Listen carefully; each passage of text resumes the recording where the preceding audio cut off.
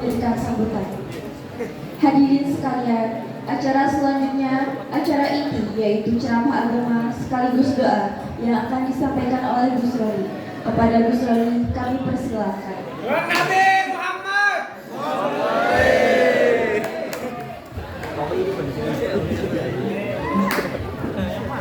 Assalamualaikum warahmatullahi wabarakatuh. Waalaikumsalam warahmatullahi wabarakatuh. Assalamualaikum warahmatullahi wabarakatuh. Waalaikumsalam warahmatullahi wabarakatuh.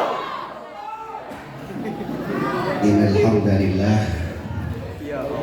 wassalatu wassalamu ala sayyidina Rasulillah Sayyidina wa Maulana Muhammad ibn Abdullah wa ala alihi wa sahbihi wa man tabi'ahu wa wala la hawla wa la quwwata illa billah. Asyhadu an la ilaha illallah wahdahu la syarika lah wa asyhadu anna Muhammadan abduhu wa rasuluh.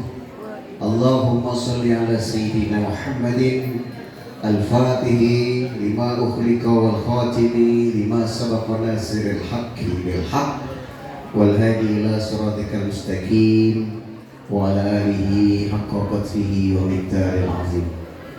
Qala Allah ta'ala fil Qur'anil Karim, a'udzu billahi minasyaitonir rajim. Laqad ja'akum rasulun min anfusikum azizun 'alaihi ma 'anittum harisun 'alaikum bil mu'minina raufur rahim. Fa in tawallaw faqul hasbiyallahu la ilaha illa hu alaihi tawakkaltu wa huwa rabbul 'arsyil 'azim.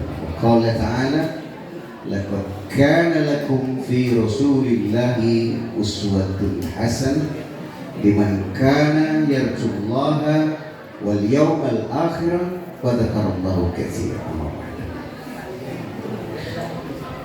Yang saya muliakan Bapak Wakil Kepala Sekolah, bagus banget sambutan beliau, saya sampai terpukau-pukau. Yang saya muliakan Khatib kita Bapak Haji Ruftianto, beliau ini kiainya di sini, dan saya kembalikan beliau sehat, panjang umur. Saya senang tadi saya didoakan banyak duit. Setelah ini saya mesti pulang banyak duitnya. Bil khusus sahabat dan seperguruan saya Ustadz Saijan. Beliau itu tahu bersama saya dan saya tahu beliau. Tangisan beliau, tangisan saya, tangisan saya, tangisan beliau. Utang saya, utang beliau, utang beliau, utang saya. Ketua komite saya muliakan bapak-bapak seluruh dewan guru, bapak ibu ya yang saya muliakan, siswa-siswi, adik-adikku sekalian yang sangat saya cintai. Alhamdulillah kita bersyukur kepada Allah, kita bertemu pada hari ini di acara peringatan orang terbaik di muka bumi, peringatan Maulid Rasul Sallallahu Alaihi Wasallam. Mudah-mudahan peringatan kita pada hari ini ada hikmahnya, ada berkahnya. Ini saya ada kemana sih? Saya bingung saya ini. Itu sebenarnya yang di sana saya senang kalau duduk di sini. Sini saya duduk sini ya enak. Nanti boleh bertakon, cium, kagak marah, malah dicium, disayang. Ihsan, kalau kamu punya adik, kamu gendong, kamu dikamihi anak adiknya, kamu apain? Cepat, dipukul. Kurang ajar anak, mau ngamihi aku, pakai jubah lagi. Tapi itu Ihsan. Kalau Nabi tidak. Tapi kalau Ihsan enggak ya. Kalau nanti ada yang mengamihi, dicuci sendiri. Karena Nabi jubahnya dicuci sendiri. Akhirnya anak itu setelah besar menjadi seorang sahabat yang satu. Dua, ketika Nabi Muhammad SAW lagi duduk-duduk, anak Sayyidina Ali atau anak dari anaknya Rasul, anaknya Fatimah atau cucu Rasul, Hasan Husain lagi dudukan kayak gini, tiba-tiba Hasan dan Husain, Hasan naik di sini, kok kasih naik di sini, yang Husain naik di sini. Apa yang terjadi? Rasulullah mendiamkan saja. Bahkan Husain ini katanya kalau udah naik di sini, rambut Rasulullah dijambak-jambak. Sampai Rasulullah begini-begini. Marahkah Nabi? Tidak. Sampai Sayyidina Ali, Hasan dan Husain turun. Jangan naik di situ, nggak punya sopan. Jangan Ali, biarin. Saya sayang buah mata hatiku, kata Rasul. Sampai dia tuh turun. Rupanya si Hasan dan Husain takut sama bapaknya, takut sama Sayyidina Ali, akhirnya berpaling. Akhirnya pada saat itu malaikat Jibril membisiki Rasulullah, ya Rasulullah, Ali benar. Jadi menasihatinya benar, nggak boleh kurang ajar sama kakeknya, tapi Rasulullah tetap memuliakan itu. Akhirnya satu saat takut sama bapaknya, pas lagi sholat berjamaah di masjid. Kemarin naik di pundak Nabi, Hasan dan Husain dimarahin sama Abah. Awas nanti kalau sholat Nabi, saya mau naik pas sholat, biar Abah saya gak tahu. Ketika sholat berjamaah, Nabi Hasan Husain ngikut dari belakang, naik. Yang kanan Hasan, yang kiri Husain. Pas Allahu Akbar, Subhana Rabbiyal A'la wa bihamdih, Subhana Rabbiyal A'la wa bihamdih, Subhana Rabbiyal A'la wa bihamdih. Masih nggak pindah-pindah ini, waktunya naik. Tambah lagi sama Rasul, Subhana Rabbiyal A'la wa bihamdih, Subhana Rabbiyal A'la wa bihamdih, Subhana. Sampai 10 nggak naik-naik juga. Ada yang mengatakan itu sampai 25 kali dibaca, nggak naik-naik ini, anaknya nggak pergi-pergi, Hasan dan Husain. Sampai jamaah di belakang, wah Rasulullah kok gak naik-naik, kepala saya sudah puyeng nih sujud. Akhirnya hampir 5 menit sujud. Jadi setelah Nabi ke kiri, Hasan Husain pindah, baru Rasul duduk. Allahu Akbar, Rabbi firli warhamni, dan seterusnya. Nah, dari hikmah cucu Nabi naik di punggung ini ada hukum baru, bahwa anak yang duduk yang masih belum balik itu tidak ada dosa. Yang kedua, sujud lama itu nggak apa-apa. Jadi kalau kita ini sujudnya lama, itu darah tinggi, penyakit stres, penyarikan. Ada yang menyarikan sih? Dikatok sedikit, wah itu namanya pemarahan. Sering-seringlah sujud lama. Kalau orang sujudnya lama, nanti otaknya fresh. Ini kita kalau terawih itu, masya Allah, sujudnya kayak ayam matok nasi.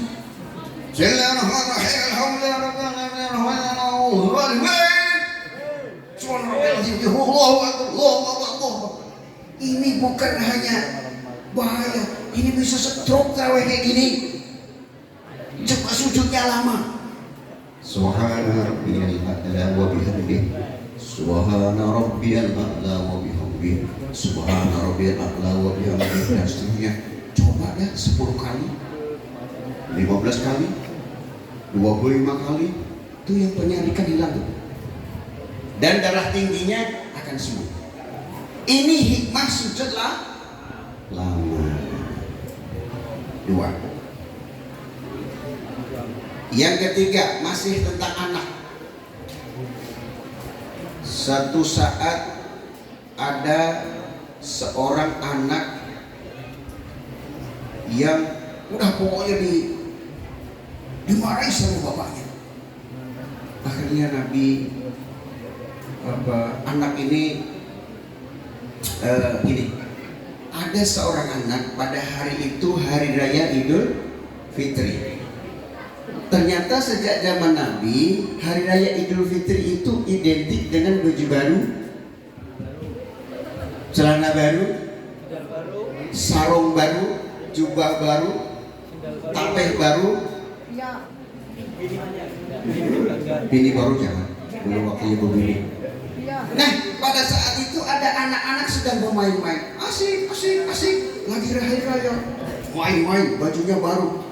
Tapi ada seorang anak, dia menangis sendirian. Nangis sendirian, nggak pakai sandal, bajunya compang-camping. Mengapa? Rasulullah memperhatikan anak-anak ini.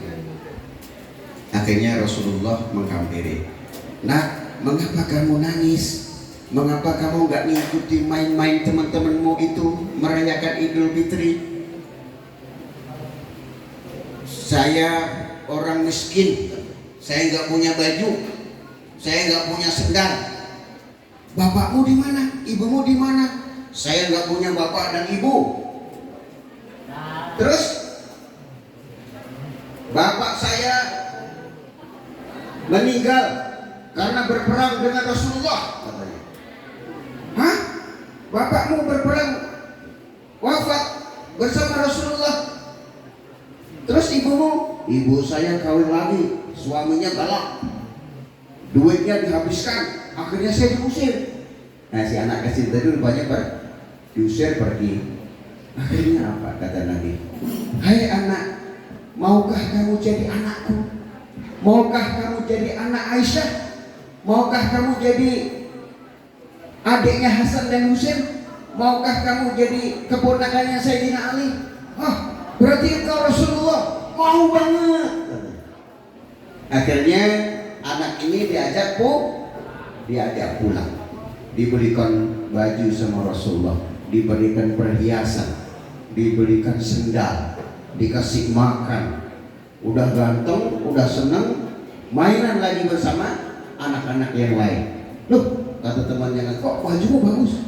Iya, saya sudah punya bapak Rasulullah, katanya. Akhirnya anak itu dipelihara Rasulullah sampai Rasulullah wafat. Nah, ini adalah contoh-contoh Rasulullah sayang kepada siapa? Kepada anak-anak. Berikutnya, Rasulullah punya akhlak kepada orang-orang yang berbuat jahat. Contoh, ketika Mekah dalam keadaan bahaya, setiap hari umat Islam bertambah, akhirnya tercium oleh orang-orang kafir. Abu Jahal, Abu Lahab, CS tahu bahwa ini perkembangan Islam akan semakin berbahaya. Akhirnya sepakat orang-orang di Mekah untuk membonsai Rasulullah, untuk membantai Rasulullah. Akhirnya dengan berbagai cara sahabat-sahabat yang masuk Islam ini, ada yang dibunuh, ada yang digantung, ada yang disiksa, pokoknya disakiti supaya kembali kepada ajaran agama sebelumnya. Akhirnya Rasulullah memerintahkan kepada sahabat-sahabatnya, hai sahabat-sahabatku, berhijrahlah kalian sebelum kalian dibunuh.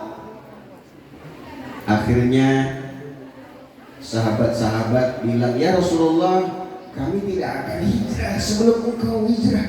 Jangan, yang dicari itu saya, bukan kalian. Maka dari kalian berangkat dulu, saya terakhir. Dan pada saat perjalanan itu direncanakan akan hijrah ke mana? Ke Taif. Ceritanya populer, kita diulang-ulang aja. Apa yang terjadi di Taif? Berharap ada perlindungan, berharap ada dakwah baru, berharap Islam berkembang di sana. Tetapi ketika di Taif sudah ditunggu, orangnya kayak gini banyak. Ini berapa orang nih? Ada berapa? 300-an lebih, Ustaz ya. Ini 300 orang ini menunggu Nabi Muhammad Setiap satu orang bawa batu. Nabi baru masuk mau ke sini, ke SMK 1 ini. Itu Muhammad sudah datang. Lempar, bak. Ada yang mau naik kepala belum, ada yang mulai dada belum, ada yang mulai perut, ada yang mulai kaki, berlumuran darah. Bahkan ada yang mengenai gigi beliau sampai patah. Jadi gigi Rasulullah itu patah.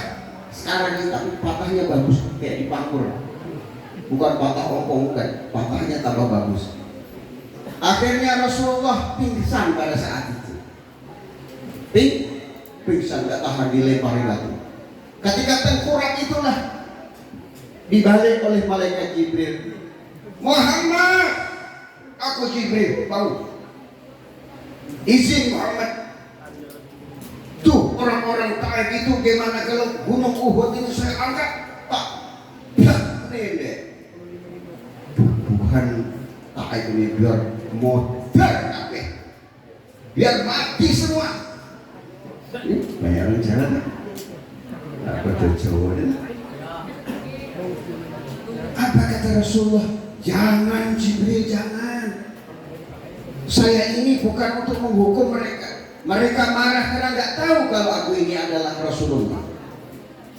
Terus gimana? Saya akan doakan mereka. Kalau mereka nggak mau, ya anak cucu mereka nanti. Kalau nggak mau, pasti ada generasi berikutnya yang akan masuk Islam. Dan pada faktanya sekarang kota Taif menjadi kota yang sangat Islami di Arab Saudi. Karena apa? Karena kesabaran Nabi. Bagaimana kalau pada saat itu Nabi Muhammad menyetujui aja? Jibril, saya dilempari batu, ada tawaran gunung, diangkat, ya silakan aja. Orang sebut tadi mampus semua. Akhirnya nggak ada yang Islam. Mengapa? Karena Nabi tidak punya dendam. Beda dengan nabi-nabi yang dahulu. Kalau nabi-nabi yang dahulu menyebarkan agama, disampaikan agama, ini Islam, ini Al-Quran. Nabi mengatakan begini, yang tidak mau sholat, nggak mau nolak. Nabinya nggak sabar. Contohnya Nabi Daud. Nabi siapa yang punya kapal? Astagfirullah. Nabi Nuh pintar. Nabi Daud mau raja. Beliau ketika umatnya disampaikan selama 300 tahun pertama, umurnya beliau panjang ya. Nabi Nuh ada yang tahu umurnya berapa? 800 tahun. Orang dulu panjang-panjang umurnya. Gak kayak orang sekarang, jangankan 100 tahun, umur 35 tahun banyak yang stroke sekarang. 50 tahun sudah banyak yang di dalam kubur. Orang zaman Nabi Nuh umurnya panjang-panjang. Nabi Nuh itu umur 300 tahun itu masih ganteng, masih muda. Kayak umur 20 tahun. Nabi Nuh ada perintah. Disuruh menyiarkan agama, ditolak umatnya. Nabi Nuh berdoa, ya Allah, datangkan banjir, habiskan umat saya. Dikabulkan oleh Allah. Ya udah, Nuh, saya kabulkan doamu. Umatku akan saya tenggelamkan. Maka siap kapal. Bingung Nabi Nuh. Saat itu kan di sana lagi terik, panas kayak gini. Masa suruh bikin kapal, di mana kayunya? Nyari ulin jauhan Kalimantan. Bagaimana ya Allah? Gak ada kayu untuk bikin kapal. Nanam. Kata Allah, nanam itu. Setelah 100 tahun baru gede dari nanam dulu. Setelah 100 tahun gede, ditebang-tebang sendiri setiap hari untuk membuat kapal. Konon kapal Nabi Nuh itu 10 kali lipat dari kapal Titanic. Pernah lihat kapal Titanic? Pernah masuk? Belum? Sama. Dari film yang melihat. Kapal Titanic itu katanya di abad modern itu kapal terbesar yang pernah diciptakan memusnahkan manusia. Dan konon kapal Nabi Nuh itu 10 kali lipat dari itu. Oh, gede banget. Soalnya apa? Buangsa kera ikut, buangsa anjing ikut, buangsa buaya ikut, terus manusianya ikut. Gede banget. Dan bikinnya juga 100 tahun. Oh, lama banget. Tapi apa yang terjadi setelah kapal yang besar itu jadi? Ditertawai oleh orang kampung. Nabi Nuh sedang gendeng, Nabi Nuh sedang gila. Masa ini di padang pasir kayak ini bikin kapal? Ayo kita datangi sama-sama. Ngapain? Kita KRI aja. Sampai kapalnya sudah buang, sudah gede tadi, orang kampung sepakat setiap pagi itu kapalnya Nabi Nuh itu di KRI. Halangan orang satu kampung itu sehari itu berapa pentong? Minta maaf. Satu orang satu keluarga 5 ekor atau kakek semua 25 itu. Lah kalau setahun itu kapal loh yang besar itu penuh kotoran manusia. Akhirnya Nabi Nuh bingung, ya Allah, kapal saya di orang sekampung bagaimana? Kamu mau banjir kapalnya nggak bisa dinaiki lagi. Akhirnya kena ajab Allah, orang-orang kampung yang di kapal Nuh tadi pada kena penyakit koreng. Gatal, aduh, gimana ini gatal? Dicarikan obat lergi nggak mempan, dipakai tawas nggak mempan, dikasih obat apotek nggak ada yang cocok. Akhirnya ada yang iseng, coba bang dulit sedikit kotoran di kapal Nuh itu jangankan sembuh. Akhirnya diambil, dioles-oleskan sama gatalnya, ternyata sembuh. Nah, saya ambil kakeknya di kapal Nuh, gatal saya sembuh. Akhirnya berkisah, loh mas, kok gatal sampai sembuh? Dari mana obatnya? Di apotek mana? Oh enggak, gratis. Obatnya banyak lagi. Di mana? Tuh, di kapal Nuh. Wah, ini semua bodong-bodong. Wah, ini kotorannya dioles-oles sawakan. Akhirnya pada sembuh. Akhirnya satu kampung lain pada datangan supaya berobat, supaya gatalnya sembuh semua. Akhirnya kapal Nabi Nuh bersih, semua digaruk-garuk untuk obat. Akhirnya kapal Nabi Nuh mulus lagi, bersih lagi. Pada saat itulah disempurnakan kembali kapal Nuh. Kemudian setiap orang masuk, satu pasang gajah, satu pasang kucing, satu pasang anjing, satu pasang ular, satu pasang biawak, satu pasang, semua satu pasang. Setelah penuh semuanya, minta sama Allah, ya Allah, turunkan banyu. Bus, bus, bus, bus, bus, bus. Banjir semua habis. Akhirnya umat Nabi Nuh tinggal dikit. Itu umat yang dah Kulo Nabi Muhammad gak mau mendoain yang jahat, yang baik-baik sudah ngantuk? Sudah ya? Masih kasih waktu 1 menit lagi. Berikutnya, contoh akhlak Rasul yang lain. Ini parah lagi, parah. Ketika Nabi Muhammad Sallallahu Alaihi Wasallam sedang sholat, Abu Jahal, Abu Lahab, Abu yang lain punya rencana mau membunuh Nabi. Disiapi batu dan disiapi serindil. Ini yang Jawanya ngerti. Serindil itu tuh, tainya kambing yang kecil-kecil itu namanya serindil. Di Arab Saudi itu trending karena pada saat itu orang Arab itu senang makannya kambing.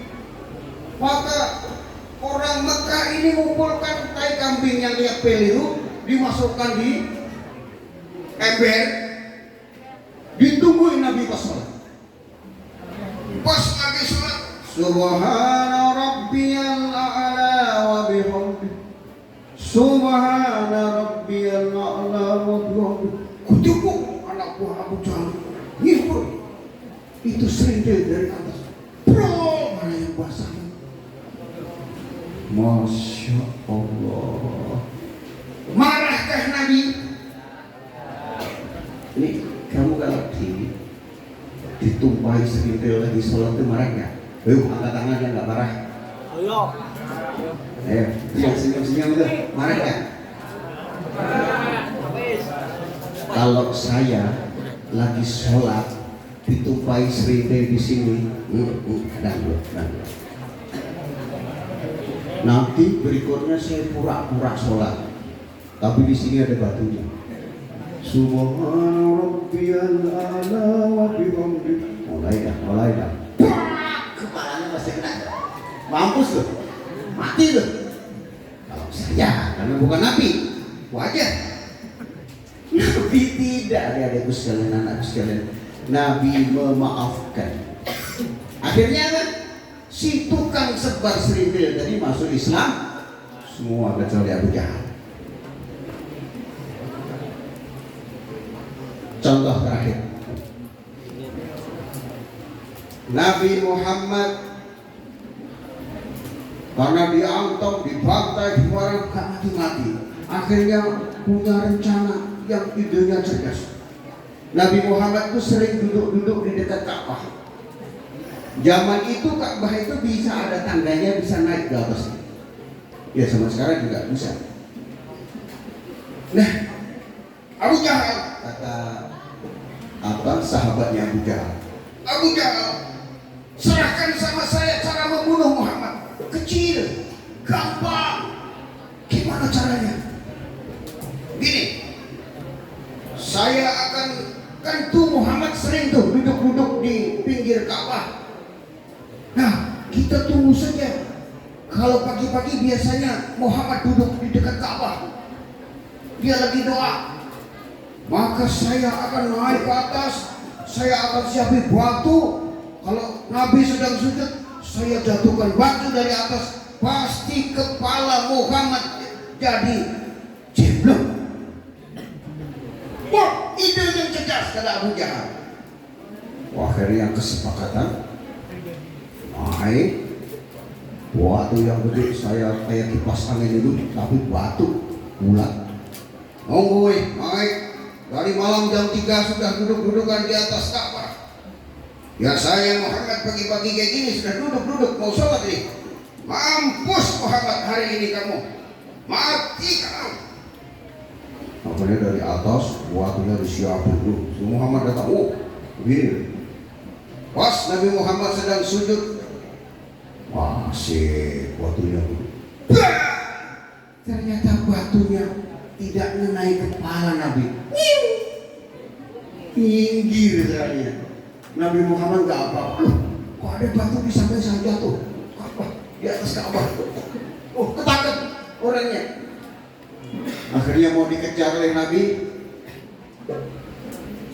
Minta maaf sama Nabi. Kamu mau membunuh saya kenapa? Apa salahku, kata Nabi. Akhirnya dimaafkan dan masuk Islam. Jadi orang-orang yang berbuat jahat kepada Nabi itu rata-rata masuk Islam. Masih kuat? Kalau nggak kuat, oke. Kalau terus-terus saya nggak akan berdiri. Terakhir, tadi saya sampaikan tentang akhlak Rasul, dan yang kedua adalah pesan pemerintah untuk kita semua. Seperti Pak Kiai kita tadi, Pak Haji tadi menyampaikan ada 3 pesan persatuan sekarang ini.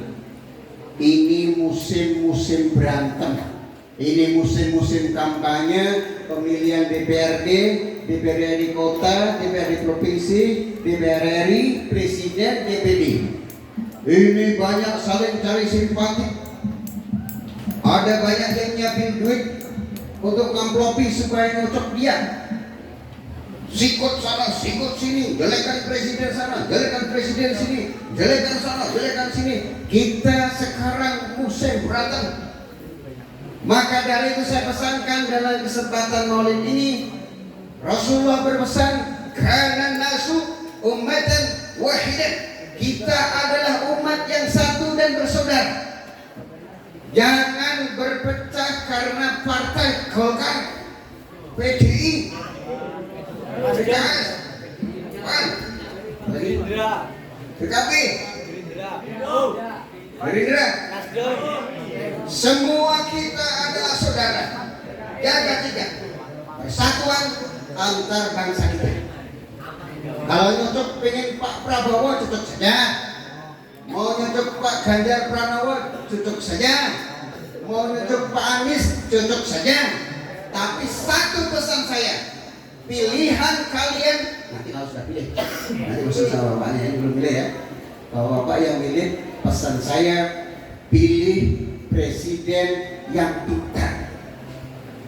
Presiden yang pintar, yang cerdas, yang mengayomi rakyatnya, yang religius. Kalau bisa Indonesia ini presiden dites Iqra ya. Pak Prabowo itu dites Iqra enggak? Pak Prabowo sebenarnya bisa ngaji enggak?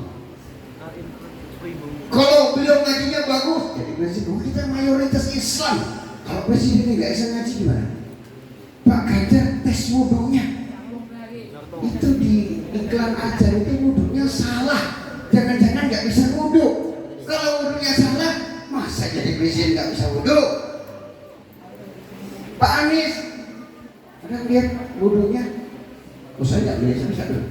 Pesan saya ada pilih yang pintar. Saudara memilih presiden salah, di akhirat dapat azab yang pedih. Kalau kita pilih pemimpin yang benar, walaupun dia kalah atau menang, kita tidak ada pertanggungjawaban. Hati-hati milih pemimpin.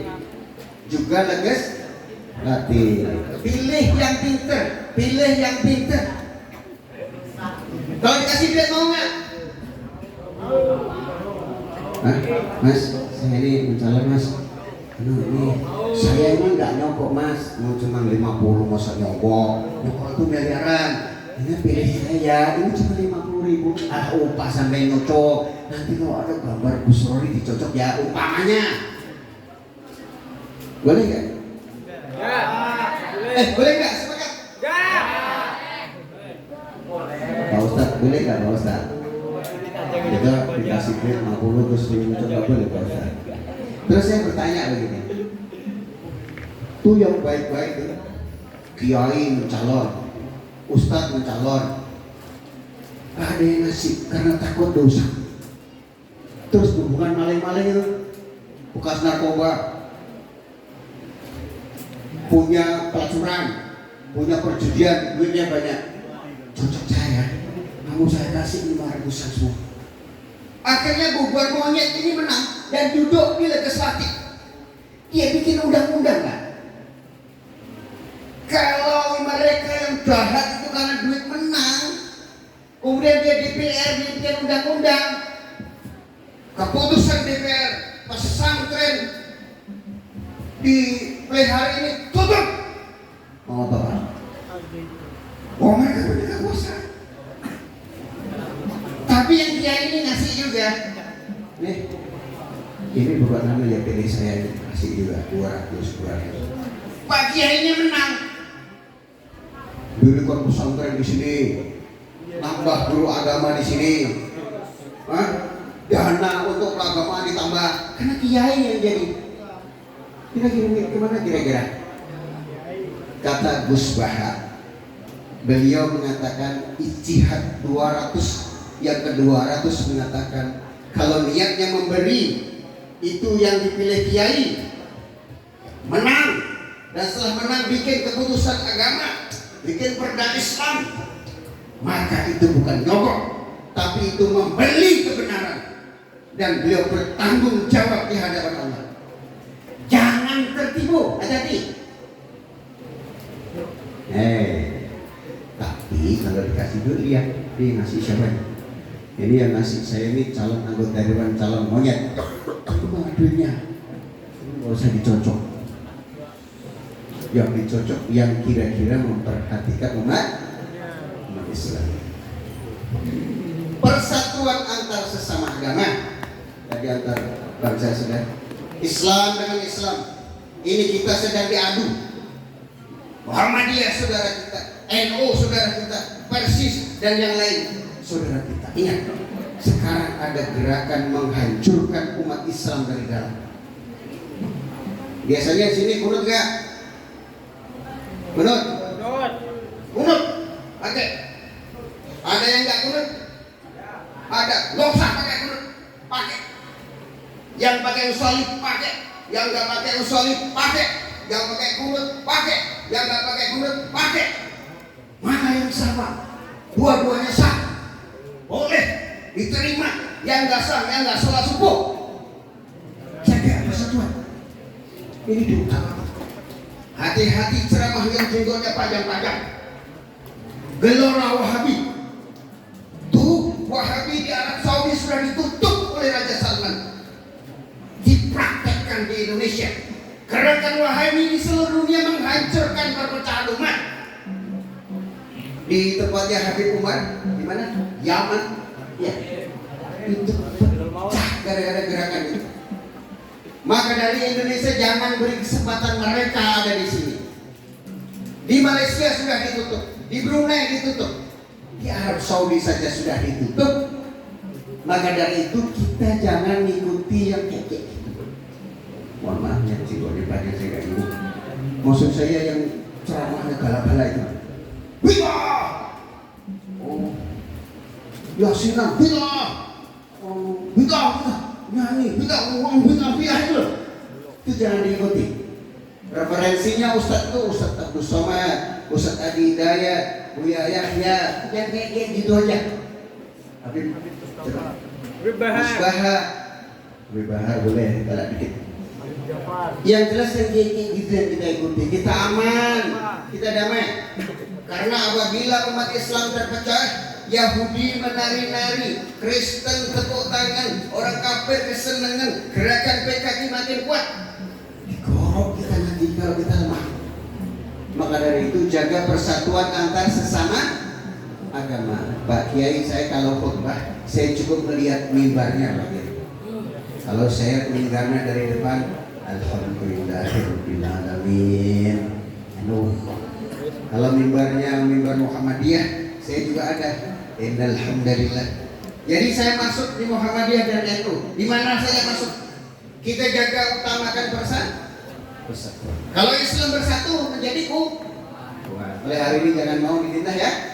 Yang biasa usolib pakai, yang biasa yasinan saja, yang biasa tahlilan, yang nggak percaya tahlilan ya nggak usah tahlil, tidur aja, nonton dangdut aja. Asalkan jangan memecah dan membid'ahkan orang lain. Dua, persatuan antar umat beragama Islam, Kristen, Buddha, Hindu. Ada yang Kristen di sini? Ada? Angkat tangan boleh?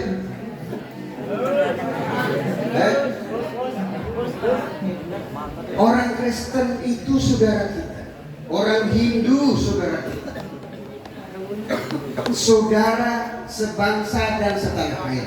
Jadi jangan berperang sesama agama. Tuh di India kabar berita terakhir ada 50.000 masjid dibakar, dihancurkan oleh radikal Hindu yang dipimpin oleh Perdana Menteri Modi. Jadi di India ada 50.000 masjid yang dibakar, dihancurkan. Apa kemudian di Indonesia marah? Kemudian di hari ada pura kita bakar? Jangan. Beda. Di sana dengan di Indonesia tidak sama. Orang Hindu di sana dengan sini beda. Hindu harus kita lindungi. Jadi persatuan antar umat beragama.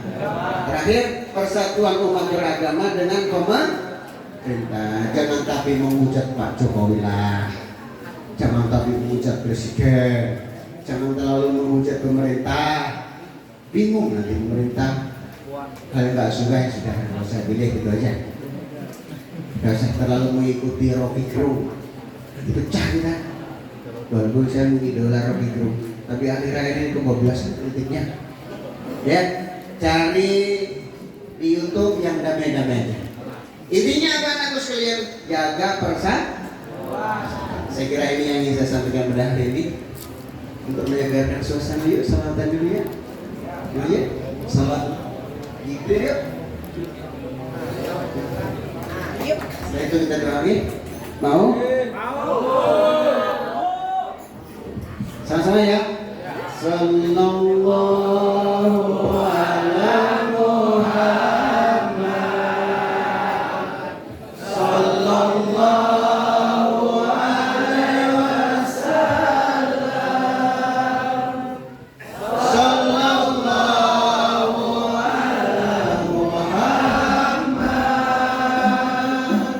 Sallallahu alaihi wasallam.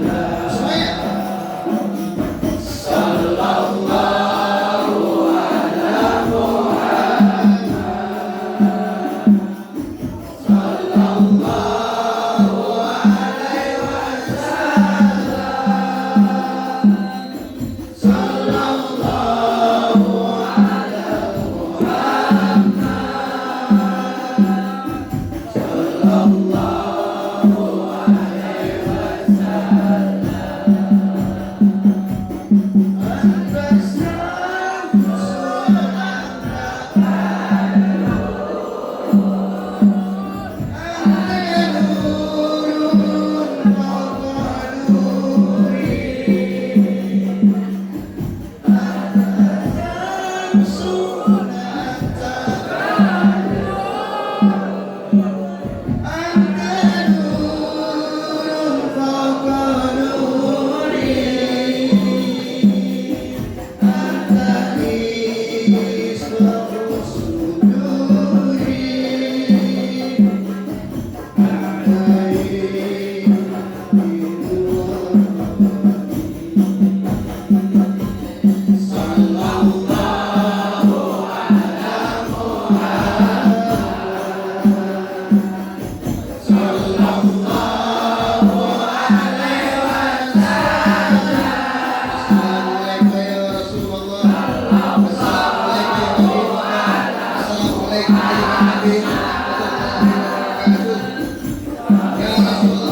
alaihi